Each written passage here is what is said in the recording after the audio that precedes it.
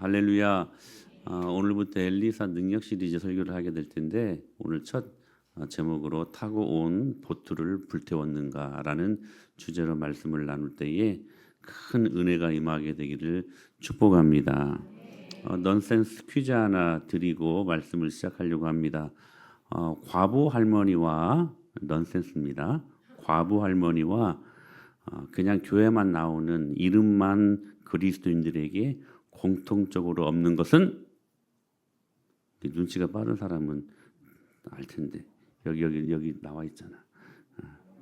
영감입니다. 영감. 예. 과부 할머니에게도 영감이 없고 교회만 가까스로 나오는 사람들에게 영감, 인사이트가 없다는 것이죠. 오늘부터 우리는 갑절의 영감을 주소서라는 주제로 엘리사의 능력 시리즈 설교를 듣게 될 것입니다. 얼마나 귀한 축복인지 모르겠습니다. 주께서 우리 교회에 왜 이 시점에서 이 말씀을 주실까? 여러분, 오늘 꼭 우리들에게 필요한 말씀이기에 주신 말씀인 줄로 믿고 이번 시리즈 설교를 통해 갑절의 영감을 받아 우리에게 주신 사명 잘 감당하는 저와 여러분들 되십시다. 오늘 본문에 나타난 엘리사, 여러분 엘리사를 어떻게 알고 계십니까? 엘리사는 먼저 엘리야의 제자입니다. 그는 엘리야에 치여 숨어 있었던 인물이었습니다. 그러나 실제로는 엘리야보다 훨씬 더 많은 기적을 일으켰던 능력의 선지자였습니다. 엘리야 스토리가 열왕기상 17장에서 열왕기하 2장까지 총 8장에 걸쳐서 그 스토리가 나오고 있다면 엘리사는 열왕기상 19장에서부터 열왕기하 13장까지 총 17장에 걸쳐서 그의 스토리가 기록되어 있습니다.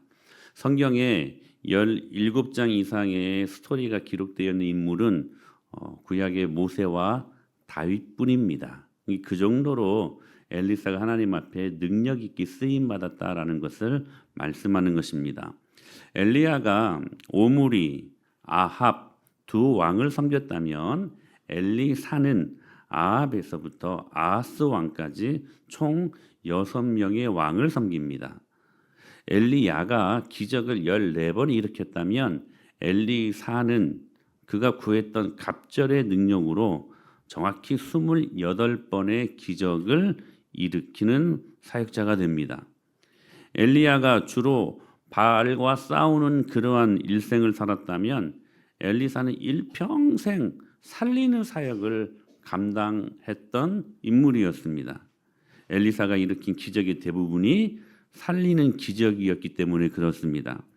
엘리야의 첫 번째 기적은 3년 반 동안 비가 오지 않게 하는 것이었습니다. 그러나 엘리사의 첫 번째 기적은 물이 나빠져 먹을 수 없게 된 여리고의 샘을 고친 것으로부터 시작되어집니다.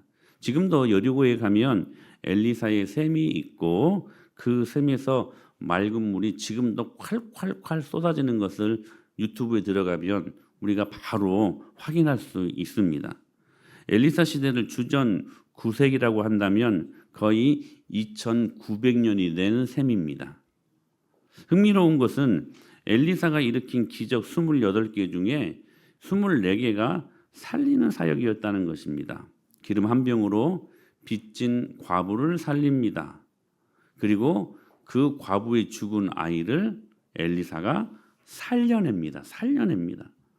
독이 둔 국을 먹어 죽어가는 사람을 살려냈고, 그리고 선지생도 중 이제 기숙사를 지으려고 연못에 이제 도끼질을 나무를 패려고 도끼질을 했는데 그 연못에 도끼를 잃어버리는 상황이 있었는데 기도로 떠오르게 하는 일들이 있었고, 또한 보리떡 20개로 100명을 먹여 살리는 사역을 합니다.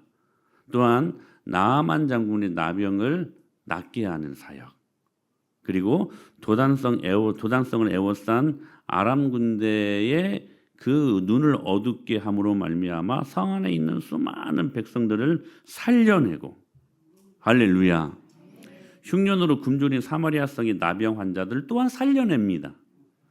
그의 일평생이 살리는 사역을 감당했던 그러한 일생이었다는 것입니다. 사랑하는 여러분, 우리 은혜마을교회 이 살리는 예수 그리스도의 생명을 주셨으니 여러분이 먼저 이 예배를 통하여 살아나십시오.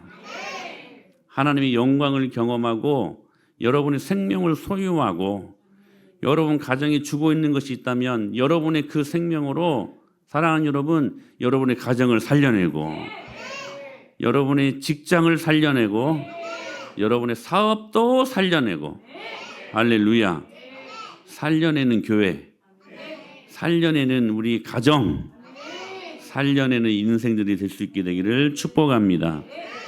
그리고 또 엘리사의 또 하나의 큰 업적은 뭐냐면 그렇게 살린 사람들을 키우는 사역을 합니다. 키우는 사역.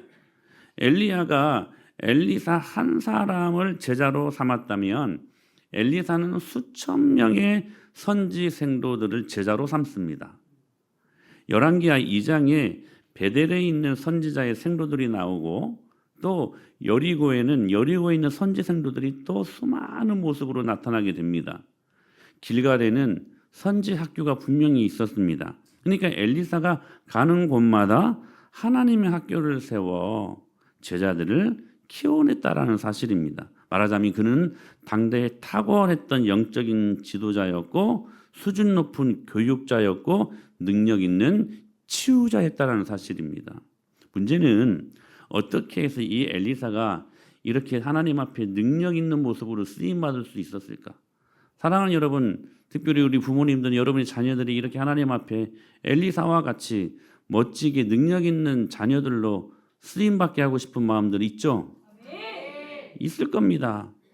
다 같이 우리가 소망하는 것 아니겠습니까? 문제는 뭐냐면 이 엘리사가 어떻게 이렇게 능력 있는 모습으로 쓰임받을 수 있었는가 하는 것입니다. 엘리사는 본래 어떤 특별한 어떤 신적인 능력은 없었습니다. 그는 농부의 아들로 태어났습니다. 이를 모르는 저 시골의 한적한 곳에 태어났던 외모도 그는 대머리였고 그리고 외모도 그렇게 시원치 않았습니다. 시원치 않았다는 말이 좀 웃기죠. 좀 시원해야 되는데 여러분들 옆에 계신 분 한번 바쁘실래요? 여러분 옆에 계신 분들을 보면서 한번 시원해짐을 느끼십니까? 시원해야 되는데 막 외모를 보고 막 근데 인물도 여러분 시원치 않았습니다. 어떻게 그 평범한 사람이었던 저 시골의 그 촌부의 아들이었던 그가 이스라엘의 영적인 것들을 대표하는 능력 있는 전무후무한 하나님의 사람이 될 수 있었을까? 오늘 그 비결을 잘 한번 배워보십시다. 그리고 여러분들도 그렇게 주님 앞에 들려 쓰임받고 여러분의 자녀들이 그렇게 하나님의 사람으로 들려 쓰임받는 그 영광을 오늘 볼 수 있는 복된 시간이 될 수 있게 되기를 축원합니다. 하나님이 엘리사를 크게 사용하신 이유는 다른 것이 아니었습니다. 그가 하나님께 부름받을 때 이미 나타났습니다. 오늘 본문의 21절 말씀입니다. 시작. 엘리사가 그를 떠나 돌아가서 한 겨리소를 가져다가 잡고 소의 기구를 불살라 그 고기를 삶아 백성에게 주어 먹게 하고 일어나 엘리야를 따르며 수종 들었더라. 하나님이 엘리야를 통하여 그를 부르자 그가 그동안 함께 일해왔던 12겨리소라고 하는데 이 겨리라는 말은 한 쌍을 말하는 것입니다. 12겨리면 몇 마리예요? 24마리를 말하는 것이죠. 이 12겨리소와 모든 기구를 다 불태웠다라고 말씀하고 있어요. 그리고 백성과 함께 2마리의 그 소를 먹은 후에 엘리사가 따라갔다 이렇게 말씀하고 있습니다. 성경에 보면 엘리사는 이스라엘의 아벨 무홀라 오늘 19장 16절에 보면 이 아벨 무홀라라는 곳에서 태어났습니다. 이곳은 춤추는 목초지라는 말이 있어요. 그러니까 요단강 지역의 아주 무성한 곡창지대였습니다. 엘리사 가족은 거기에서 목축업에 종사했고 당시 농가는 대부분 소 한 마리에 쟁기 하나로 영세하게 농사짓고 있었던 시대였습니다. 그런데 엘리사는 무려 12겨리소를 몰고 밭을 갈고 있었다는 것입니다. 그 말은 그가 상당히 그 동네에서 부자였다는 것입니다. 그런데 엘리야가 그를 부르자 그는 소와 그리고 쟁기를 버릴 뿐 아니라 아예 어떻게 했어요? 불태워 버립니다. 그리고 엘리야를 따라갑니다. 첫 번째, 그가 하나님 앞에 능력 있게 쓰임 받기 위해 그가 전제하는 하나님의 은혜를 체험할 수 있었던 방법은 뭐였냐면 그가 가지고 있었던 것을 버렸다는 것입니다. 그가 가지고 있었던 모든 소유를 하나님의 영광을 위하여 내려놓을 수 있었다는 것입니다. 이것이 그가 하나님 앞에 멋지게 쓰임 받는 기적을 엘리야보다 2배나 갑절이나 일으키고 무너졌던 영적인 모든 상황을 하나님의 영광으로 바꾸어 놓을 수 있었던 불세출에 하나님 앞에 멋지게 쓰임 받는 영광의 선지자가 될 수 있었던 첫 번째 비결이었다는 것입니다. 버리는 것입니다. 하나님을 위하여 버리는 것이라고 성경은 말씀하고 있다는 것입니다. 여러분, 근데 이게 쉬운 일입니까? 쉬운 일 아니지요. 어떤 사람은 엘리사가 부자였기 때문에 소 몇 마리 없애는 것은 그냥 그건 아무것도 아니었을 거라고. 그렇지 않습니다. 부자니까 소 24마리나 없애는 것은 일도 아니었을 것이다. 그렇지 않습니다. 여러분, 돈이 많다고 헌금 많이 하는 거 결코 아닙니다. 헌금은 돈의 개념이 아니라 믿음의 개념이기 때문에 그렇습니다. 돈이 적어도 넘치게 헌금하는 사람들이 있고 돈이 많아도 일체 헌금을 안 하는 사람들도 많습니다. 그러므로 하나님이 부르실 때 모든 것을 다 버리고 떠날 수 있다면 그 사람이 진짜 행복한 사람이라는 거예요. 여러분들은 어떻습니까? 어떻습니까? 여기 소의 기울을 태웠다. 21절에 그렇게 말씀하고 있죠? 여러분, 쟁기를 불태웠다는 것입니다. 쟁기. 이 말은 무슨 말씀이냐면 그가 평생 나서 그것으로 먹고 살았는데 뭐요? 농사 짓는 거. 그것으로 먹고 살았는데 농사를 그만두겠다라는 의미입니다. 소의 쟁기를 불태웠다. 소를 잡았다라는 것은 더 이상 자기는 농부로 살지 않겠다라고 하는 결단이었습니다. 그러면 여러분, 그 결단하기까지 어떤 대책이 있어야 되지 않겠습니까? 우리가 여러분 무모하지 않을, 적어도 우리가 상식적으로 이성적으로 합리적으로 살려면 우리가 어떤 말씀 앞에 순종할 때 어떤 대책은 우리를 여러분, 우리가 무엇인가를 바라보고 그 대책을 세워야 되지 않겠습니까? 이게 하나님의 방법을 거스르는 이 땅을 살아가는 모든 그리스도인들의 모습, 이런 것을 여러분 기억할 수 있어야만 합니다. 우리는 무언가 하나님을 따라갈 때 대책을 세우려고 합니다. 여러분, 여러분들에는 그런 습관들이 있지 않습니까? 그래서 그 대책이 내 합리적으로, 내 이성적으로 이게 안 맞으면요, 하나님 말씀 앞에 순종하는 것이 어려운 우리들의 모습을 발견하게 됩니다. 하나님 말씀하십시오. 순종하겠습니다. 그런데 대책은요? 그렇게 물어보는 우리들의 습관적인 불순종의 모습들이 얼마나 많이 있는가. 자, 보십시오. 쟁기를 불태웁니다. 농사를 그만두겠다는 거예요. 소를 잡았다는 것은 이제 더 이상 농부로 살지 않겠다는 거예요. 하나님을 따라가겠다는 거예요. 엘리야를 따라가겠다는 거예요. 그러면 우리가 하는 질문은 뭐냐? 그럼 대책은요? 여러분, 엘리사에게 대책이 있었을까요? 엘리야를 따라가면 농사짓고 사는 것보다 훨씬 더 낫다는 보장이 있었습니까? 성경에 그런 보장을 말씀하지 않습니다. 언급하지 않습니다. 단 하나, 엘리사가 엘리야를 따라갈 수 있었던 것은 하나님이 나를 부르셨다. 그래서 나는 그를 따르겠다. 그거밖에는 없었습니다. 무슨 대책이요? 대책 없었습니다. 근데 대책이 있었어요. 엘리사에게 대책은 하나님 당신이었습니다. 하나님이 나를 부르시니 하나님이 나를 책임지시겠자고 하는 하나님 당신에게서 그의 대책을 볼 수 있었다는 것입니다. 사랑하는 여러분, 오늘날을 살고 있는 우리들에게 똑같은 이 삶의 등식이 이루어져야만 합니다. 하나님 말씀 앞에 순종해야 되지요. 그러나 우리가 생각하는 그 대책이 아니라 하나님 당신이 대책이 되는 그러한 여러분 우리 인생이 되어야 되지 않겠습니까? 믿음의 조상이었던 아브라함이 이렇게 하나님의 말씀을 받습니다.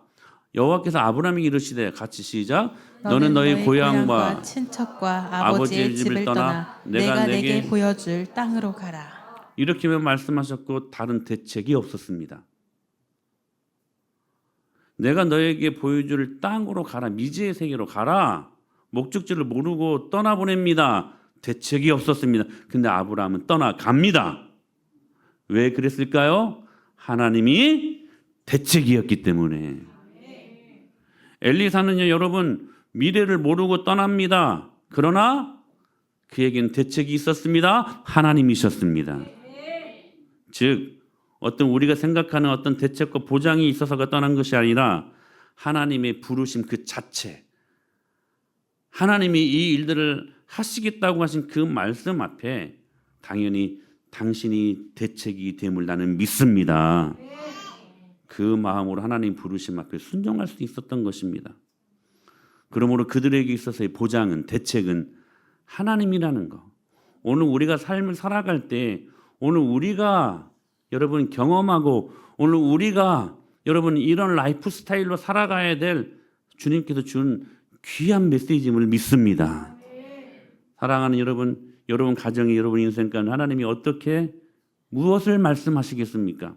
그 어떤 말씀이든 여러분 순종하기로 결단하십시오. 그리고 그 대책은 하나님 당신이라는 사실들을 기억하고 그분 바라볼 수 있게 되길 축복합니다. 교회 여러 많은 사역들이 있습니다. NGP 사역도 그 중에 하나입니다. 여러분 NGP 사역에 우리의 대책이 있습니까? 아니요. 하나님이 대책이십니다. 그거 바라보고 가는 것입니다. 오직 하나님이 그를 불렀다는 이유만으로 그는 모든 것들을 포기할 수 있었고 모든 것들을 버릴 수 있었다는 사실입니다. 아버지 밑에서 농사 짓고 살았으면 그냥 평범하게 평생 걱정하지 않고 살았을 텐데 대책 없이 엘리야를 따라 나섰던 엘리사. 다만 부모에게 작별 인사만 요청했을 뿐입니다. 이렇게요. 시작. 그가 소를 버리고 엘리야에게로 달려가서 이르되 청하건대 나를 내 부모와 입맞추게 하소서. 그리한 후에 내가 당신을 따르리이다. 엘리야가 그에게 이르되 돌아가라. 내가 내게 어떻게 행하였느냐 하니라. 여러분 엘리사의 기적은 이때부터 시작됩니다. 버릴 때부터 시작됩니다. 여러분 오늘은 이 귀한 하나님의 메시지에 우리가 마음을 다 드리고 이 메시지에 귀 기울일 수 있게 되길 축복합니다. 여러분 가정의 기적은 여러분이 생각하고 있었던 하나님을 제한시켰던 그 이성적인 생각, 합리적인 생각 그거 버릴 때 기적이 나타납니다. 기억하셔야 돼요. 언제나 부흥은 하나님을 위하여 철저히 자기를 버리는 사람과 공동체에 임하게 된다는 것. 그래서 예수님이 제자들을 부르실 때 첫 일성으로 하셨던 말씀이 아무든지 나를 따라오려거든 자기를 부인하고 자기 십자가를 지고 나를 따를 것이니라. 할렐루야. 자기를 부인하고 자기를 버릴 때 하나님의 능력이 거기에서 나오기 때문에 그렇습니다. 그런 의미에서 예수님께서 이렇게 말씀하셨습니다. 예수께서 이르시되 시작 손에 쟁기를 잡고 뒤를 돌아보는 자는 하나님 나라에 합당하지 아니하니라 하시니라. 할렐루야. 손에 쟁기를 잡고 여러분 뒤돌아보지 마십시다. 저 어렸을 때 부흥회 가면 그 찬양 많이 불렀던 것 같아요. 주님 뜻대로 살기로 해. 당시에는 뭐 그런 요란스러운 뭐 밴드도 없었습니다. 그냥 북 하나 갖고 주님 뜻대로 살기로 했네. 주님 뜻대로 살기로. 그 다음 말이 중요해요. 뒤돌아서지 않겠네. 여러분 이 고백이 여러분의 고백될 수 있게 되기를 축원합니다. 사도행전 19장에 보면 에베소 지방에 큰 부흥이 일어납니다. 오늘 우리 가운데 이 부흥이 일어나게 되기를 축복합니다. 하나님께서 이번 한 주간 저에게 아주 큰 은혜를 주셨는데 기도하는데 그렇게 생각하는 그런 환상은 아닌데 마음에 강한 임팩트를 주셨어요. 뭐냐면 갑자기 여러분 계곡물에 우리가 막 재밌게 놀면 갑자기 소나기나 비가 내리잖아요. 그러면 나도 모르게 갑자기 그 내린 비 때문에 저기 밑에 있는 계곡물이 갑자기 불어나죠. 서서히 불어나는 법 없습니다. 갑자기 불어납니다. 비가 오면. 주님이 그런 메시지를 저에게 주셨어요. 여러분 모두 이 메시지를 우리 아멘으로 받으십시다. 뭐냐면 하나님께서 우리 은혜마을교회 갑작스럽게 불어나게 하시는 축복을 주시겠다는 말씀이었습니다. 너무 제가 감사했어요. 그리고 제가 지난주에는 꿈을 꿨는데 큰 그런 사람들이 막 웅집해 있는 곳에서 제가 설교를 하는데 이 강단을 막 왼쪽 오른쪽으로 막 휘어져 막 가면서 막 설교를 막 하는데요. 막 설교 그 꿈속에서 얼마나 제가 은혜를 받았는지 깨고 나니까 꿈이더라고. 너무 아쉬워가지고 하나님께서 그 꿈도 보여주셨어요. 사랑하는 여러분, 오늘 그래서 이 말씀 저는 우리 은혜마을교회 다시 믿음으로 도약하기 위해서 허락하신 은혜의 말씀을 주님께서 이 갑절의 영감 시리즈, 엘리사 시리즈를 통하여서 주신 줄 믿습니다. 여러분 이 말씀 잘 듣고 우리 은혜 받으십시다. 그럼 갑작스럽게 불어나는 축복을 주실 줄로 믿습니다. 근데 그 에베소 지방에 부흥이 일어났어요. 사도 바울이 그곳에서 물었어요. 너희가 믿을 때에 성령을 받았느냐? 성령을 받았느냐? 사람들이 말합니다. 우리는 성령이 있음도 계심도 알지 못합니다. 그래서 바울이 그곳 그 두란노 서원에서 2년 동안 말씀을 선포합니다. 얼마나 진지하게 말씀을 들었는지 10절에 보니까 2해 동안 이같이 하니 아시아에 사는 자는 유대인이나 헬라인이나 다 주의 말씀을 듣고 말씀을 들었을 때에 하나님의 능력이 이렇게 나타납니다. 하나님이 바울의 손으로 놀라운 능력을 행하게 하시나니. 여러분 능력은요 말씀 들을 때 나타나요. 여러분 오늘 이 예배 시간에 여러분 말씀 들어야 능력을 받습니다. 다른 그 어떤 것들로 또 여러분 능력은 안 임합니다. 말씀 들어야 여러분 능력이 일어나요. 2년 동안 말씀을 제대로 듣고 나니까 그곳 가운데 능력이 일어나서 막 부흥이 일어난 거예요. 부흥이. 그렇게 12절 이하의 말씀을 보게 되면 바울이 손수건만 얹어도 막 귀신이 막 떠나가고 막 그 결과 어떤 일들이 일어나면 그곳에 마술사들이 있었는데 마술사들이 회심하는 영광을 경험합니다. 근데 그들이 예수님을 영접하고 그 안에 능력이 들어가니까요. 사도행전 19장 19절 말씀에 그들이 회심하는데 이렇게 회심을 해요. 시작. 또 마술을 행하던 많은 사람이 그 책을 모아 가지고 와서 모든 사람 앞에서 불사르니 그 책값을 계산한즉 온 5만이나 되더라. 하나님의 성령이 들어가니까 그 안에 모든 더러운 것들이 다 빠져나와요. 그리고 그들이요 결단하기 시작하는데 그 마술을 하기까지 있었던 그런 모든 책들을 다 불태우기 시작하는데 여기 불사르다고 말씀하시죠? 불태웠다고 말씀하시는데 그 책값을 계산한 즉 은 5만이었대요. 당시 1드라크마는 당시 노동자 한 사람이 하루 번 임금입니다. 5만 드라크마 하면 한 사람이 138년 동안 일해서 받은 임금이라고 그래요.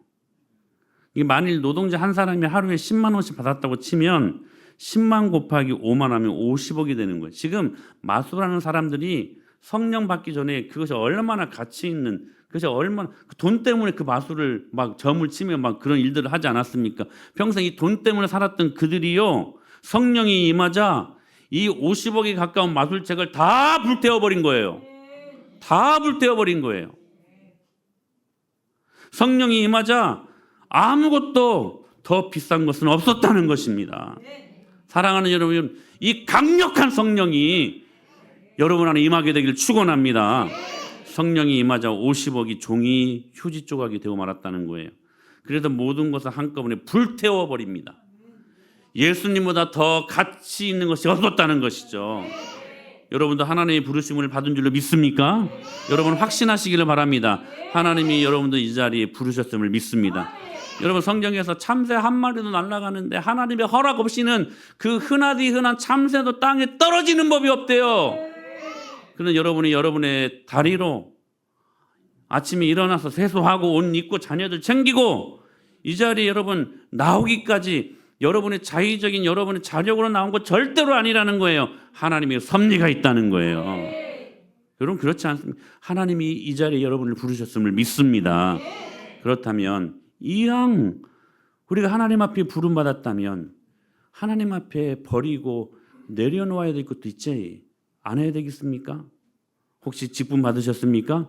이왕 우리가 직분을 받았다면 그 직분에 충성해야 되지 않겠습니까? 할렐루야. 내가 가진 무엇이 하나님의 부름보다 더 소중하며 내가 가진 무엇이 성령의 은혜보다 더 소중하겠습니까?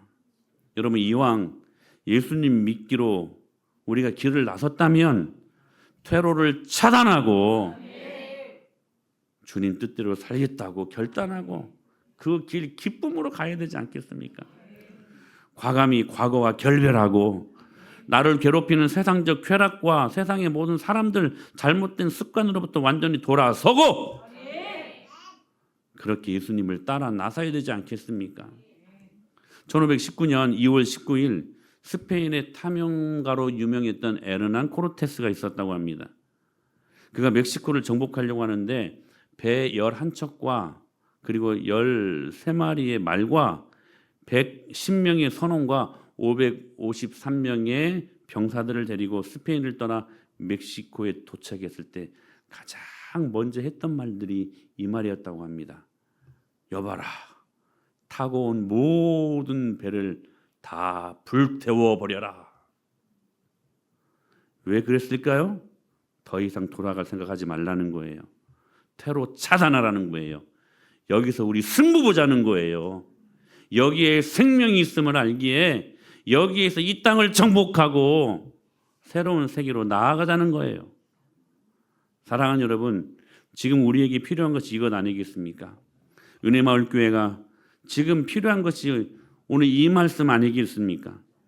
베드로가 예수님을 만나고 배를 버렸습니다. 배를 버린 거예요. 과감하게 옛것과 결별했다는 거예요. 스스로 돌아갈 퇴로를 차단했다는 것입니다. 오늘 엘리사가 그리했던 것처럼 오직 주님 따라가기로 올인하는 삶. 여러분 기억하십시오. 하나님은 붙잡는 사람보다 버리는 사람을 크게 사용하신다는 거. 그 사람들을 통하여 하나님은 일하신다는 거. 그것이 부흥을 요구하시는 하나님의 길임을 우리는 믿습니다. 사랑하는 여러분, 몇 주가 될지는 모르겠습니다. 하나님께서 이 갑절의 영감 시리즈, 엘리사 능력 시리즈를 어떻게 우리들에게 말씀하시고 이끌어 가실지 몇 주가 될지는 모르겠습니다. 그러나 이 말씀을 듣는 동안 우리 안에 큰 부흥의 영광이 일어나고 물이 갑자기 불어나듯이 그 환상을 모두가 다른 마음 품지 않고 한 마음 품고 충성하여 타고 온 보트를 불태우고 아멘. 그 주님만 붙잡기로 나아가는 저와 여러분들 되십시다.